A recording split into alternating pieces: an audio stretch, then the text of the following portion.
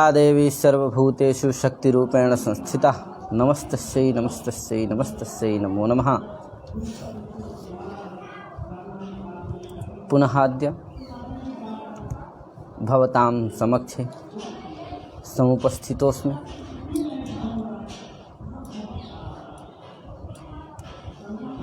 वैयाकरणसिद्धान्तकौमुद्याः अध्यापनार्थं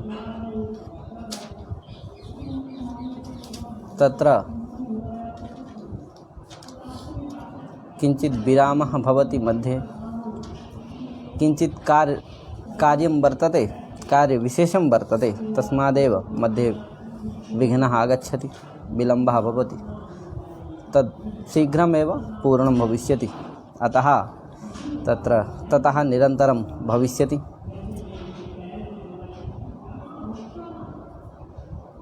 अस्तु, विषयं प्रति गच्छामः। भवन्तः जानन्त्येव सिद्धान्तकौमुद्याः पाठो प्रचलति। तत्र अधुना उपदेशे अजनुनासिक इदं सूत्रं प्रचलति। तत्रैव दीक्षित महोदयेन वृत्तिरुक्ता प्रतिज्ञानुनासिक्याः पाणिनीयाः इति। अर्थात पाणिनि जी ने वृत्ति बनाया। बहुतों का आग्रह मैं भूल जाता हूँ, हिंदी भाषा में पढ़ाइए, अतः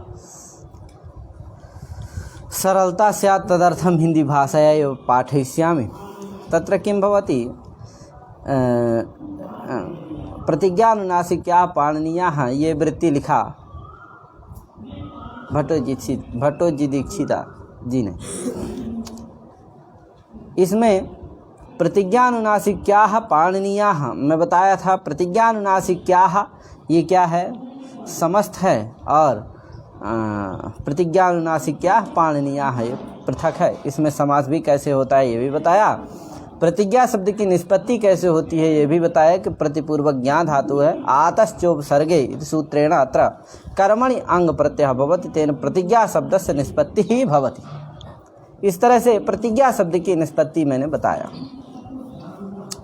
पुनः कोई पूछा, इसमें जिज्ञासु अस्ति किमस्ति, जिज्ञासुरेव अस्ति शिष्यः, तदर्थं वदामि प्रतिज्ञा शब्दे किमस्ति, समासः अस्ति नास्ति वा, तर्हि वदामि भो प्रतिज्ञा शब्दे समासः। अत्र प्रश्नः अपि टिप्पण्यां वर्तते, किञ्चित् दृष्टं मया, समयः नासीत्, अतः वदामि। अत्र जानन्तु, प्रतिज्ञा शब्द में देखिए प्रतिपूर्वक ज्ञा धातु, उससे आतश्चोपसर्गे, इससे क्या करते हैं, कर्म में अंग प्रत्यय होता है। अब यहाँ समास होगा कि नहीं होगा, तो समास हो सकता है किससे, कुगति प्रादय सूत्र क्या है, कुगति प्रादय सूत्र है, आप सब जानते ही हैं। उसी सूत्र से समास होगा। क्यों होगा, क्योंकि देखिए कुगति प्रादय में कु का गति का एते समर्थेन नित्यम समस्यन्ते, ये इन सभी का समर्थ के साथ समास हो जाता है, कु का, गति का और प्रादि का। तो ये जो प्रतिज्ञा में क्या है, प्रति, प्रतिज्ञा शब्द में जो प्रति है, ये क्या है, कु है, गति है, प्रादि है, क्या है ये, क्या मन करके समास होगा। तो इस जिज्ञासा में कहते हैं कि जो प्रतिज्ञा शब्द में क्या है, प्रतिश है, वो क्या है, कु तो है नहीं, गति है अथवा प्रादि, क्या मान करके समास होगा। तो देखिए ये गति है, क्या है, गति। क्यों? गति माने क्या होता है? क्रिया के योग में गति संज्ञा भी होती है, उपसर्ग संज्ञा भी होती है। गतिश्चा, इससे क्या होती है? प्रादि क्रिया के योग में प्रादियों की क्या होती है? गति संज्ञा भी होती है और उपसर्ग संज्ञा भी होती है। तो देखिए, प्रतिज्ञा रूप क्रिया है, प्रतिज्ञा रूप क्रिया बोध विषयीभूत, क्रिया विशेष विषयक तात्पर्य ग्राहकत्वम एवं गतित्वम उपसर्गत्वम वर्तते। तर्हि जन्य बोध विषयीभूत क्रिया विशेष विषयक तात्पर्य ग्राहकत्वम उपसर्गत्वम गतित्वम वा, अर्थात क्रिया विशेष विषय का तात्पर्य ग्राहक होना ही क्या है? अगर ये उसी क्रिया विशेष विषय का तात्पर्य में ग्राहक हैं तो प्रत्यादि जो ये हैं इनकी सबकी क्या होती है? उपसर्ग संज्ञा होती है अथवा गति संज्ञा होती है। तो ये देखिए, प्रतिपूर्वक ज्ञा धातु यहाँ जो प्रति है वो प्रतिज्ञान रूप जो क्रिया विशेष है उसी का तात्पर्य ग्राहक है, उसी का बोधक है, अतः उसी का द्योतक है। अतः किमस्ति अत्र, ये प्रति की क्या हो जाएगी? गति संज्ञा हो जाएगी। अतः प्रति की गति संज्ञा होगी तो कुगति प्रादया में किस शब्द से वो प्रति लिया जाएगा? गति शब्द से लिया जाएगा। किस शब्द से लिया जाएगा? गति शब्द से लिया जाएगा। प्रादि से लिया जाएगा कि नहीं? तो क्या प्रादि से ले भी सकते हैं,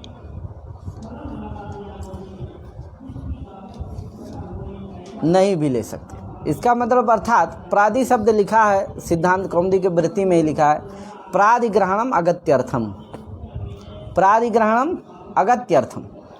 प्रादिग्रहण, क्योंकि प्रादि की देखिए क्या होती है? क्रिया के योग में गति संज्ञा हो जाती है और उपसर्ग संज्ञा, तो गति हो जाती है, तो गति से ग्रहण हो ही जाता। सूत्र में पृथक प्रादिग्रहण क्यों किया?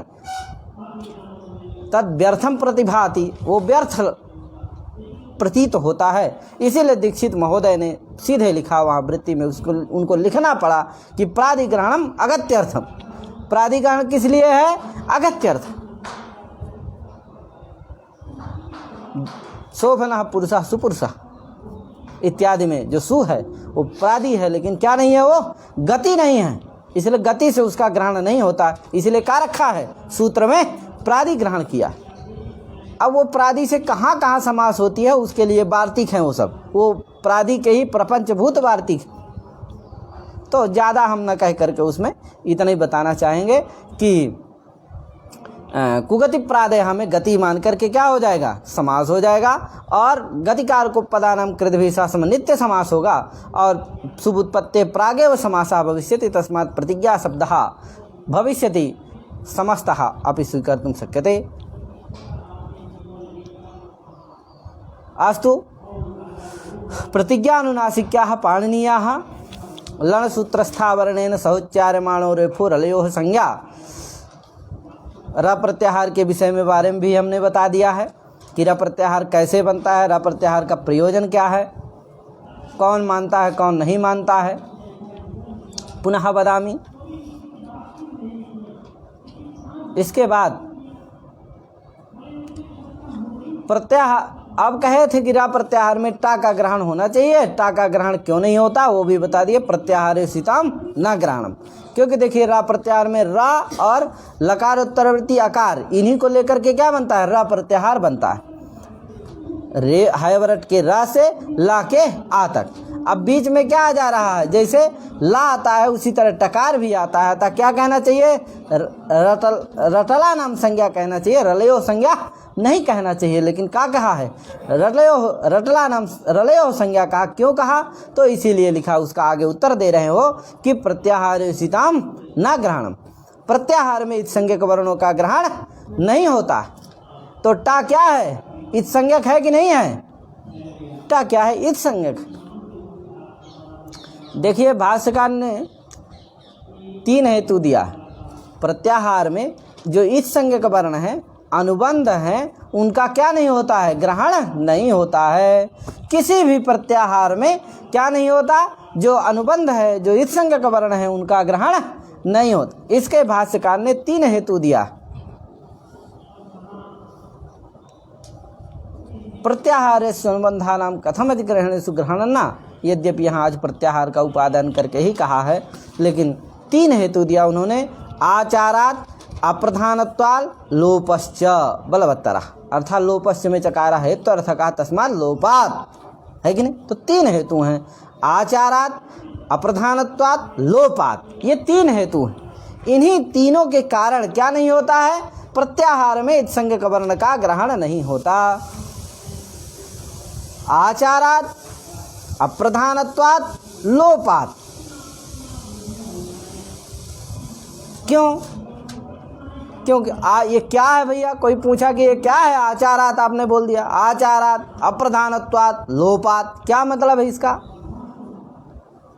तो कहा इसका मतलब हम बता रहे हैं, दीक्षित जी ने ही बताया। आचारात का मतलब दीक्षित जी ने बताया। आचार व्यवहार, आचार शब्द किसका वाचक है? व्यवहार। किसके व्यवहार से? आचार्यों के व्यवहार से। पाणिनि का जो त्रिमुनि हैं हमारे आचार्यत्र हैं, उन्हीं के व्यवहार से हमको पता चलता है कि क्या है, प्रत्याहारों में इत्संज्ञक वर्णों का ग्रहण नहीं होता। कैसे पता चलता है? आचार्य व्यवहार से। तो आचारात, आचारन मतलब आचार व्यवहारात ज्ञायते यत् प्रत्याहारे सीताम ग्रहण न भवति।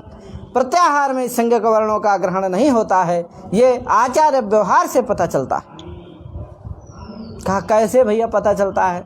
कहा उन्होंने, दीक्षित जी ने वृत्ति में लिखा, वही मैं बता रहा हूँ। प्रत्याहार अनुनासिक इत्यादि निर्देशात लिखा, प्रत्याहार सीताम न ग्रहणम अनुनासिक इत्यादि निर्देशात नहीं अत्र ककारे परे अच कार्यम दृश्यते, ये लिखा।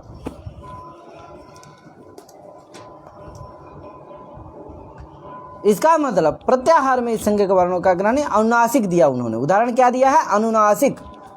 अनुनासिक ये आचार के व्यवहार से पता चलता है कि क्या नहीं है, प्रत्याहार में इत्संज्ञक वर्णों का ग्रहण नहीं है। जल्दी ही हम शीघ्रातिशीघ्र कुछ कार्य से निवृत्त हो रहे हैं, इसके बाद हम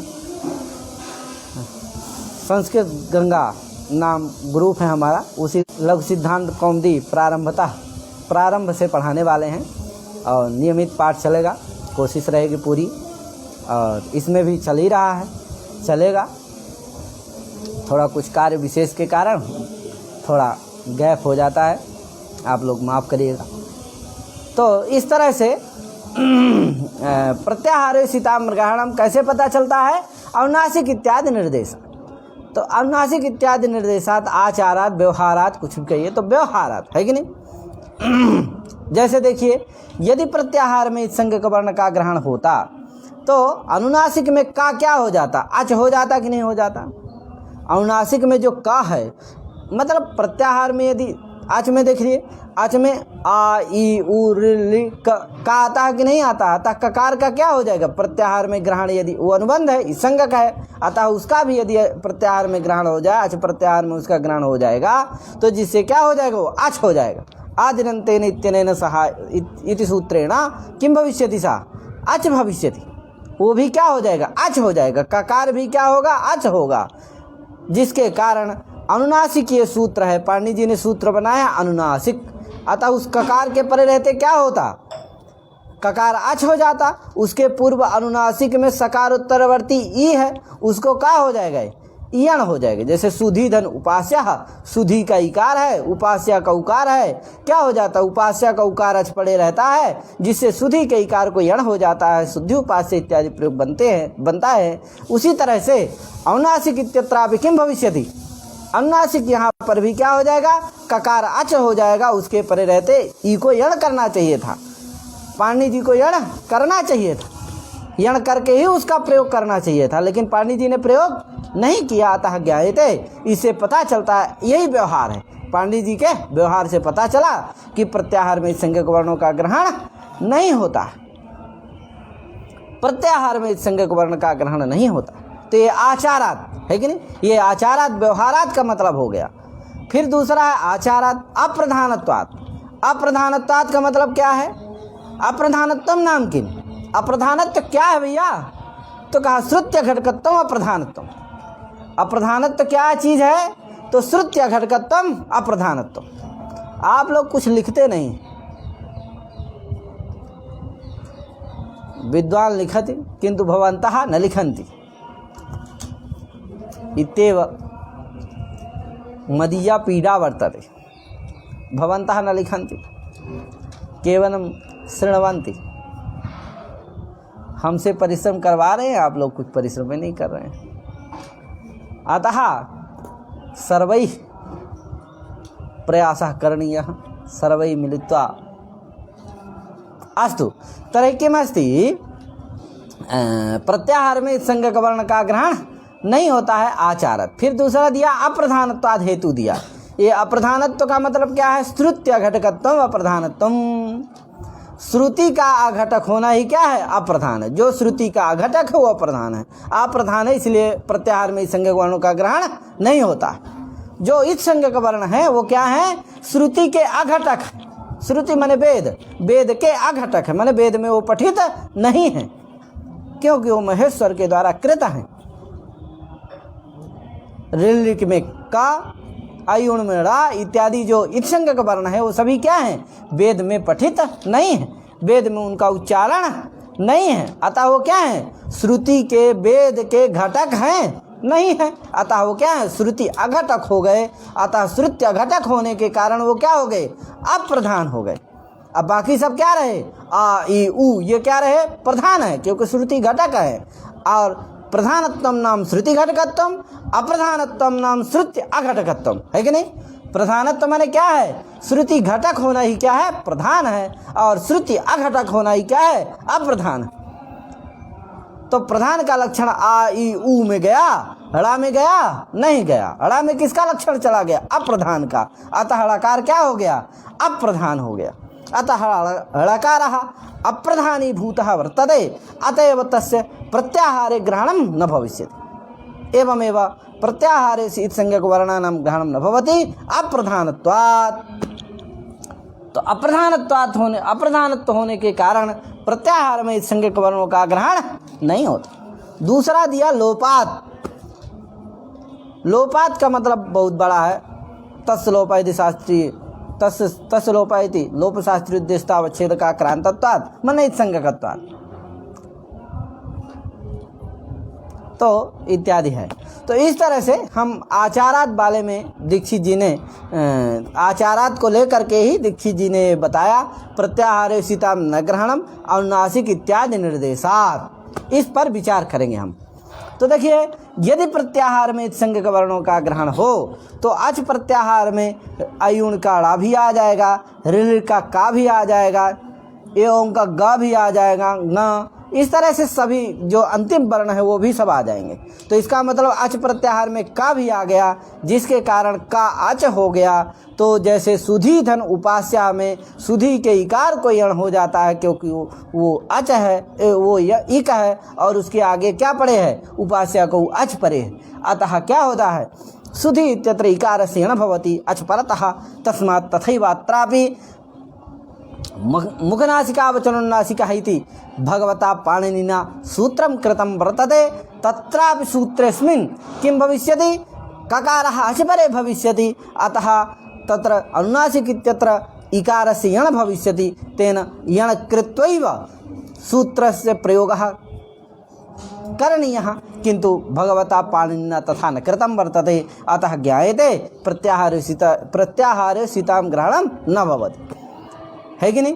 प्रत्याहार में संज्ञक वर्ण का ग्रहण नहीं होता क्योंकि यदि होता तो नासिक में ककार अचपले होता, उसके पर रहते इकार को यण हो जाना चाहिए। यण करके ही पाणिनि जी को प्रयोग करना चाहिए, किंतु पाणिनि जी ने ऐसा नहीं किया। अतः पता चलता है कि प्रत्याहार में संज्ञक वर्ण का ग्रहण नहीं होता। जिससे ककार क्या है? इस संज्ञक वर्ण है, उसका प्रत्याहार अच प्रत्याहार में ग्रहण नहीं होगा, जिससे आगे अच परे नहीं मिलेगा, जिससे क्या नहीं होगा? अनुनासिक के इकार को यण प्राप्त ही नहीं है। अतः इसीलिए भगवान पाणिनि जी ने यण का प्रयोग करके यण नहीं किया, यण करके सूत्र नहीं बनाया। मुखनासिका वचनोन्नासिका इत्यादि यण करके प्रयोग नहीं किया, यण करके व्यवहार नहीं किया। तो इस तरह से अनुनासिक पाणिनि जी के सूत्र से ही हमको पता चला कि प्रत्याहार में संज्ञक वर्ण का ग्रहण नहीं होता। लेकिन देखिए, थोड़ा सा बता दे, प्रसंग चल रहा है। अतः वदामि अधिकम नास्ति किंतु यथा बालनुमा तत्वबोधिनी इत्यादि टीकायां प्रपंचितं वर्तते तथा किंचिदेव वदामि।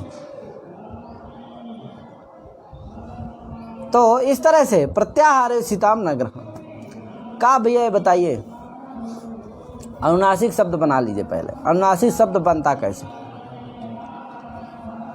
तो अनुपूर्वक नासा शब्द है, उस नासा से क्या हो जाता है? स्वार्थिक का प्रत्यय हो जाता है। न सामी वचने इति सूत्रम वर्तते तद्धिते। न सामी वचने एक सूत्र है तद्धित प्रकरण में, उसी न सामी वचने इस सूत्र के द्वारा ज्ञापित होता है एक अत्यंत स्वार्थिक का प्रत्यय, है कि नहीं? अत्यंत स्वार्थिक का प्रत्यय, वही अत्यंत स्वार्थिक का प्रत्यय होता है। किस शब्द से? नासा शब्द से।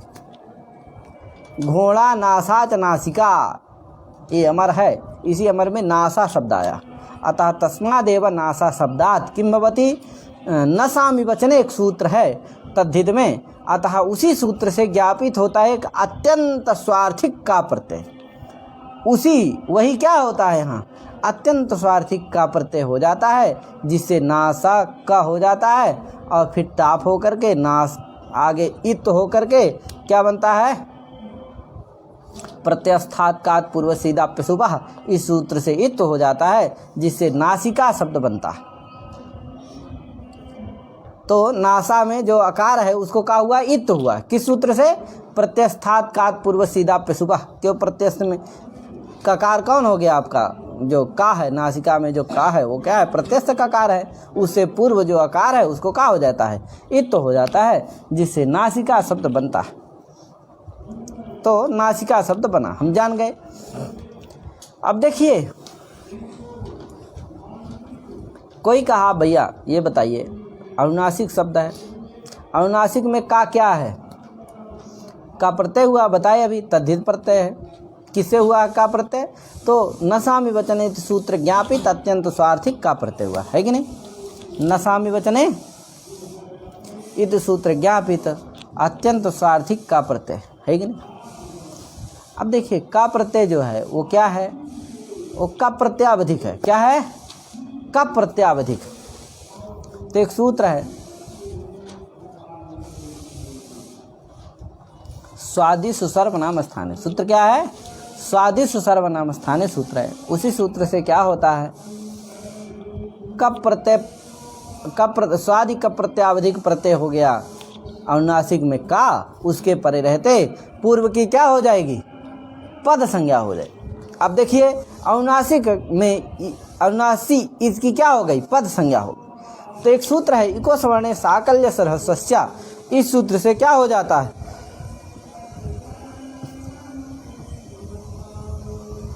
पदांत से ही कहा रस समुचित प्रकृति भाव हो जाता है। पदांत को क्या हो जाता है? रस समुचित प्रकृति भाव हो जाता है, जिससे क्या होगा? अनुनासिक अप्रकृति भाव होने के कारण क्या नहीं होगा? न यण होगा, न कुछ नहीं होगा, है कि नहीं? वो अनुनासिक में ई क्या रहेगा? यथावत रहेगा, जैसा है वैसे रहेगा, उसको कोई भी विकार नहीं होगा। तो ककार यदि अच प्रत्याहार में आ भी जाए तब भी क्या होगा? यण होगा? नहीं होगा, क्योंकि इको सवर्णे साकल्य सरहस्या इस सूत्र के द्वारा क्या हो गया है? रस समुचित प्रकृति भाव हो गया। तो रस समुचित प्रकृति भाव हो जाने के कारण क्या होगा? अनुनासिक में जो इकार है वो यथावत रहेगा, जैसा है वैसे रहेगा। तो ककार आच में हो भी जाए तब भी कोई यण से क्या नहीं होगा? यण की प्राप्ति नहीं है। इसलिए पाणिनि जी ने नहीं किया। अतः कैसे आप कह दे रहे हो? अनुनासिक यदि प्रत्याहार में इस संज्ञ का वर्ण का ग्रहण हो जाए तो भी अनुनासिक इत्यादि निर्देशों की उपपत्ति हो जा रही है। तो आप कैसे कह रहे हो प्रत्याहारे सीताम न ग्रहणम अनुनासिक इत्यादि निर्देशात? आप कैसे कह दे रहे हो कि प्रत्याहार में इस संज्ञ का ग्रहण नहीं होता अनुनासिक इत्यादि के निर्देश से? क्यों? क्योंकि यदि प्रत्याहार में संज्ञक का ग्रहण हो भी जाए तब भी मुखनासिका वचन अनुनासिका इत्यादि सूत्रों की अनुनासिक इस निर्देश की उत्पत्ति तो हो ही जा रही है। क्यों? क्योंकि मैंने बता चुका कि वो का है उसके परे रहते पूर्व की पद संज्ञा हो जाएगी। इको स्वर्ण साकल्य सरस्वस्य से अनुनासी इसकी क्या हो जाएगी? रस समुचित इसको प्रतिभाव हो जाएगा, जिसके कारण यथावत जैसा है वैसे रहेगा, जिससे क्या नहीं होगा? नयन होगा, कुछ होगा ही नहीं। अतः यथा इकारः श्रूयते तथैव भविष्यति, अतः किं न कश्चित् विकारो भविष्यति, तस्मात् कथम उच्यते अत्र किमस्ति अनुनासिक इत्यादि निर्देशात् प्रत्याहार स्थितम न ग्रहणमिति। तो कहा भैया समझे कि नहीं? तो इस तरह से एक शंका आता है, तो उसका उत्तर है कि भैया यहाँ भ संज्ञा, कोई कहा कि भाई पद संज्ञा नहीं होगी, पद संज्ञा को बाद के भ संज्ञा हो जाएगी। क्यों? क्योंकि ककार क्या है? आज़ादी भी तो है। अच में आ गया कि नहीं आ गया? यदि प्रत्याहार में संज्ञा का ग्रहण होता है ये मानोगे, प्रत्याहार में संज्ञा का ग्रहण नहीं होता ये नहीं मानोगे, तो क्या होगा? अच भी आता है वो, अतः अच में आ जाएगा, जिससे आज़ादी हो गया कि नहीं? कौन? का। अतः उसके परे रहते क्या होगी? पूर्व की भा संज्ञा हो जाएगी। भा संज्ञा पद संज्ञा की बाधिका है, अतः क्या हो जाएगा? केवल भा संज्ञा होगी, पद संज्ञा होगी नहीं, पदांत इक नहीं मिलेगा, जिससे इको सवर्ण साकल्य सरस्या इस सूत्र के द्वारा रस समुचित प्रकृति भाव नहीं होगा। और जब इको सवर्ण साकल्य सरस्या के द्वारा रस समुचित प्रकृति भाव नहीं होगा तो क्या होगा? यण होने लगेगा। अतः ना, किंतु पाणिनि जी ने नहीं किया, अतः ज्ञायते प्रत्याहार स्थितम न ग्रहणम कथम, अतः भट्टोचितेन यदुक्तम वर्तते वृत्तौ तद समीचीनमेव प्रतिभाति, समीचीनमेव वर्तते, कथम तत् प्रश्नः क्रियते, है कि नहीं? ओ भट्टोचित जी ने कहा वो सही है। तो कहा भैया एक बात, नहीं यचिभम से भा संज्ञा होगी कि नहीं होगी ये देखते हैं। तो कहा यचिभम से भा संज्ञा नहीं होगी। क्या नहीं होगी? अनुनासिक में अनुनासी इसकी का के परे रहते क्या नहीं होगी? भा संज्ञा नहीं होगी। क्यों नहीं होगी भैया? कहा इसलिए क्योंकि देखिए यचिभम में या है और अची है, दो चीज़ हैं, है कि नहीं? यचिभम में क्या है? या है और अची। अब देखिए वो कहता है माने आज़ादी प्रत्यय, यादी और आज़ादी प्रत्यय, है कि नहीं? परे रहते क्या होता है? भा संज्ञा करता है। तो देखिए या है और अच है, यहाँ जो या है वो क्या है? देखिए ना अच है ना हल है। यदि प्रत्याहार में इस संज्ञक वर्ण का ग्रहण हो भी जाए तब भी वो अच है, यकार अच में आएगा? नहीं आएगा, क्योंकि वो अच के चा तक आता ही नहीं है या, इसलिए वो प्रत्याहार में संज्ञक वर्ण का ग्रहण हो भी जाए तब भी क्या नहीं है? वो अच नहीं है कि नहीं? तब भी वो अच नहीं। अतः वो क्या है? अस्त का आश्रय है कि अस्त का अनाश्रय है? या अस्त का अनाश्रय है कि नहीं? अस्त और हल्त, यद्यपि हल्त का आश्रय है लेकिन अस्त हल्त उभय का अनाश्रय है कि नहीं? मात्र हल्त आश्रय वर्तते, अस्त हल्त उभय का अनाश्रय। किसका है केवल आश्रय? वो हल्त का आश्रय है, न कि अस्त हल्त उभय का आश्रय, है कि नहीं? अतः अस्त हल्त उभय अनाश्रय वर्तते कहा? यकारः। यचिभम इत्यत्र यकारः। अतः किं भवति?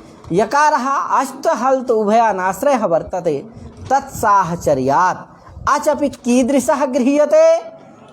या के साहचर्य से अच भी कैसा लेंगे? जो क्या हो?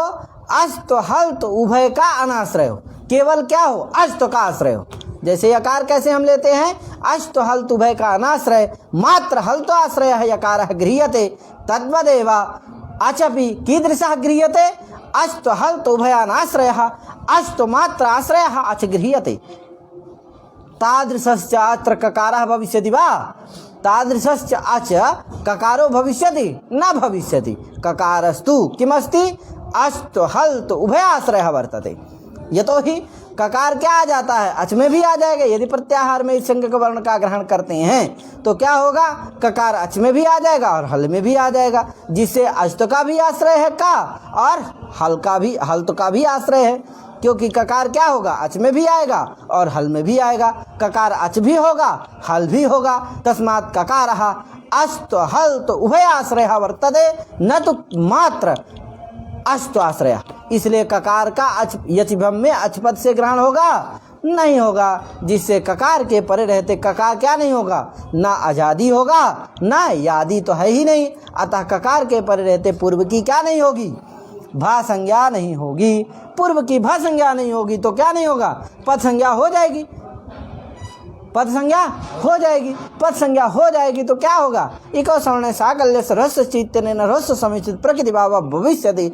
भविष्यति चेत किम भविष्यति, किमपि न भविष्यति भो, यथावत् इकारस्यैव श्रवणं भविष्यति न तो किमपि भविष्यति। तस्मात् प्रत्याहारेषितां न ग्रहणं, प्रत्याहारेषितां यदि ग्रहणं क्रियते तथापि अनुनासिक इत्यादि निर्देशस्य उत्पत्तिर्भविष्यति एव सूत्रे। अतः कथम अनुनासिक इत्यादि कथम उच्यते, अनुनासिक इत्यादि निर्देशात् प्रत्याहारेषितां न ग्रहणमिति, है कि नहीं। यदि ककार का ग्रहण हो भी जाए तब भी अनुनासिक इत्यादि निर्देश की उत्पत्ति हो जाएगी, है कि नहीं। अतः कथम उच्यते प्रत्याहारेषितां न ग्रहणम, तो कहा भैया इको सवर्ण साकल्य ह्रस्व, क्योंकि इको सवर्ण साकल्य से प्रकृति भाव हो जाएगा। वहाँ ककार अच में भी आ जाए तब भी यण होने वाला नहीं है कि नहीं। अतः अनुनासिक निर्देश तो बन ही जाएगा। उसके निर्देश से आप कैसे कह रहे हो कि प्रत्याहार में संज्ञक वर्ण का ग्रहण नहीं होता। तो कहा भैया शृण्वन्तु महोदय तत्र किमस्ति, शृणोतु पश्यतु।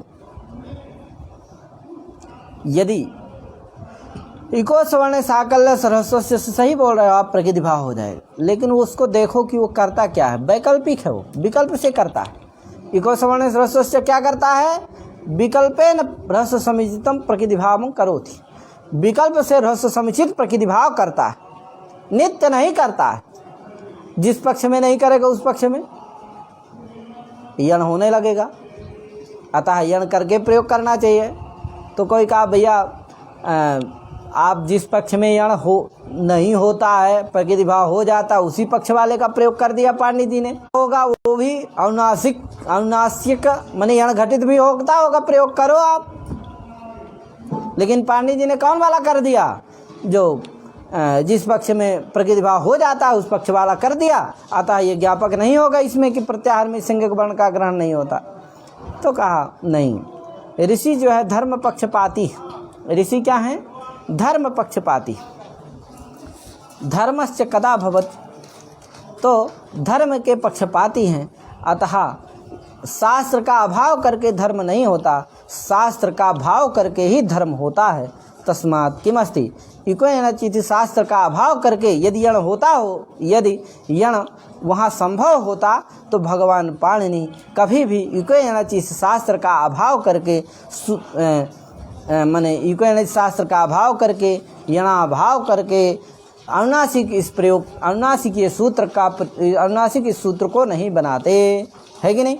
क्या करते उन्होंने इको यणच को लगा करके, क्योंकि इको यणच को यदि लगाते शास्त्र को तभी क्या होता, धर्म का आधिक्य होता, अधिक धर्म का लाभ होता। और ऋषि का तो मात्र धर्म लाभाय उद्देश्यम भवति तेषां न तो अन्यत् किमपि। तस्मात् किं भवति, यदि अनुनासिक ये इको यणचि सूत्र को लगाते उन्होंने अगर उसकी प्राप्ति होती तो, किंतु पाणिनि जी ने ऐसा नहीं किया। क्यों, क्योंकि प्रत्याहार में संज्ञक वर्ण का ग्रहण नहीं होता है, वो ये मानते हैं, जानते हैं। इसीलिए क्या नहीं, इको यणच शास्त्र की प्राप्ति ही नहीं है, इसीलिए उन्होंने क्या नहीं किया, यण का प्रयोग करके सूत्र को नहीं बनाया। अतः ज्ञायते प्रत्याहारेषितां न ग्रहणम्। पुनः अग्रेपि अस्ति बहु, स्वः किञ्चित् वदिष्यामि, अग्रे अन्यत् विषयम् अधिकृत्य वदामि। पुनः एवमेव विचाराः भविष्यन्ति, भवन्तः तु जानन्त्येव, विद्वांसः सन्ति। तेषां समेषामत्र ये संयुक्ताः सन्ति विद्वांसः छात्राः शिष्याः तेषां समेषामपि स्वागतं करोमि, स्वागतं व्याहरामि एवं पुनः विरमामि। अद्य पुनः श्वः मिलामः। अस्तु, अग्रे विचारः भविष्यति। अनन्तशास्त्रं बहुलास्य विद्या यदसारभूतं तदुपासनीयम्। शास्त्र बहुत अनंत है, लेकिन हमको सारभूत उपासना करना पड़ना। अस्तु, एतावदेव उक्त्वा विरमामि। सर्वेभ्यो नमो नमः। हरि ओम महादेव। जय श्री।